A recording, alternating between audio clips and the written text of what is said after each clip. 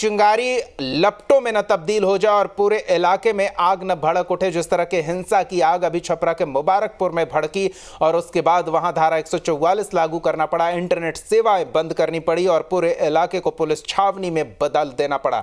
रितेश, आप बने रहे हमारे साथ। इस बीच एक और बड़ी खबर आ रही है, इनकम टैक्स से जुड़ी कार्रवाई की जानकारी। आपको बता दें, जेडीयू एमएलसी राधाचरण साह पर आईटी का शिकंजा कसा है। एक साथ कई ठिकानों पर इनकम टैक्स की टीम ने छापा मारा है। दिल्ली, पटना और आरा स्थित आवास और ऑफिस परिसर पर इनकम टैक्स की रेड की जानकारी मिल रही है। बड़ी खबर आपको बता रहे हैं, कई टीम एक साथ अलग अलग ठिकानों पर छापेमारी में जुटी हुई है। राधाचरण सेठ के करीबियों के घर पर भी और ऑफिस पर आईटी की रेड होने की जानकारी मिल रही है। आय से अधिक संपत्ति मामले में यह कार्रवाई चल रही है। एसएसबी के साथ आयकर की टीम छापेमारी में जुटी हुई है। आपको बता दें कि जेडीयू कोटे से एमएलसी हैं राधाचरण और व्यवसाय हैं फिलहाल इनकम टैक्स की जांच के दायरे में हैं।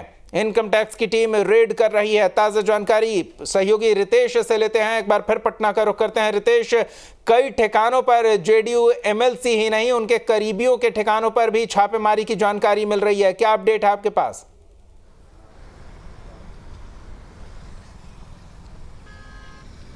अपडेट मैं दे दूं कि बिहार में इस वक्त कुल 1 दर्जन से ज़्यादा जगहों पर इनकम टैक्स डिपार्टमेंट की छापेमारी चल रही है। जो बड़े नाम हैं वो हैं जेडीयू एमएलसी राधाचरण सेठ और दूसरे हैं बीजेपी नेता जीवन कुमार। दोनों ही बालू के कारोबार में दबदबा रखते हैं। इसके अलावा होटल्स का भी इनका बिजनेस है।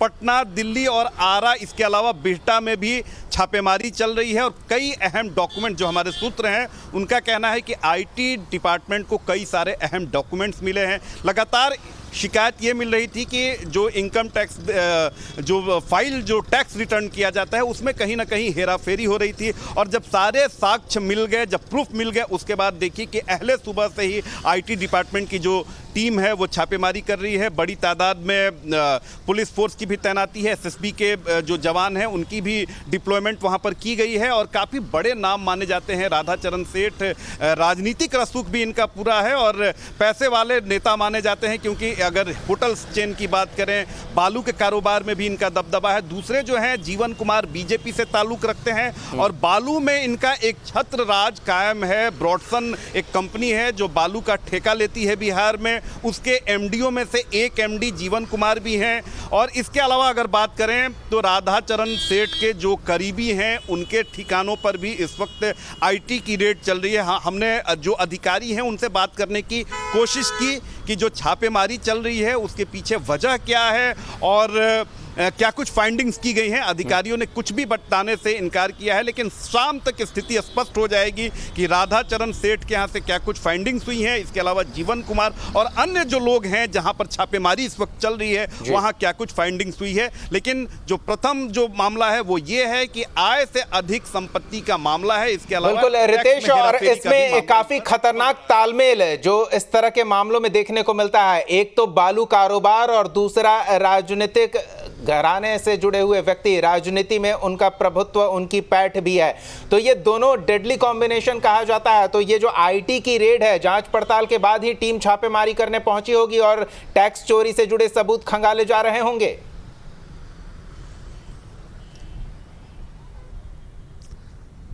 बिल्कुल सही कहा दीपक आपने, क्योंकि जो व्यक्ति राजनीतिक रसूख रखता हो, राजनीतिक पार्टी से जुड़ा हुआ होता है, अगर उस पर कोई भी कार्रवाई होती है तो इसे राजनीतिक तौर से प्रेरित कार्रवाई बताया जाता है। विपक्ष इसे कहता है कि ये राजनीति से प्रेरित कार्रवाई की गई है, लेकिन आईटी डिपार्टमेंट की या अन्य जो डिपार्टमेंट्स जो कार्रवाई करती हैं वो ऐसे नहीं करती हैं, किसी के कहने पर नहीं करती हैं, बल्कि पूरा साक्ष्य जुटाती हैं। और साक्ष्य जुटाकर जब सारी चीज़ें फुल प्रूफ हो जाती हैं, जब पुख्ता सबूत मिल जाते हैं, उसी के बाद ये सारी कार्रवाई की जाती है। क्योंकि जो अधिकारी हैं उन्हें भी पता है कि अगर उनके पास प्रूफ नहीं रहेगा, साक्ष्य नहीं रहेगा और तब वो कार्रवाई करेंगे तो सारा ठीकरा उनके ऊपर। चलिए, तो नजर बनाए रखें कार्रवाई में आईटी के टीम के हाथ है। क्या लगता है कितने आयकर चोरी का ये मामला का खुलासा होता है? नजर बनाए रखें रितेश। इन तमाम अपडेट्स के लिए फिलहाल बहुत बहुत धन्यवाद।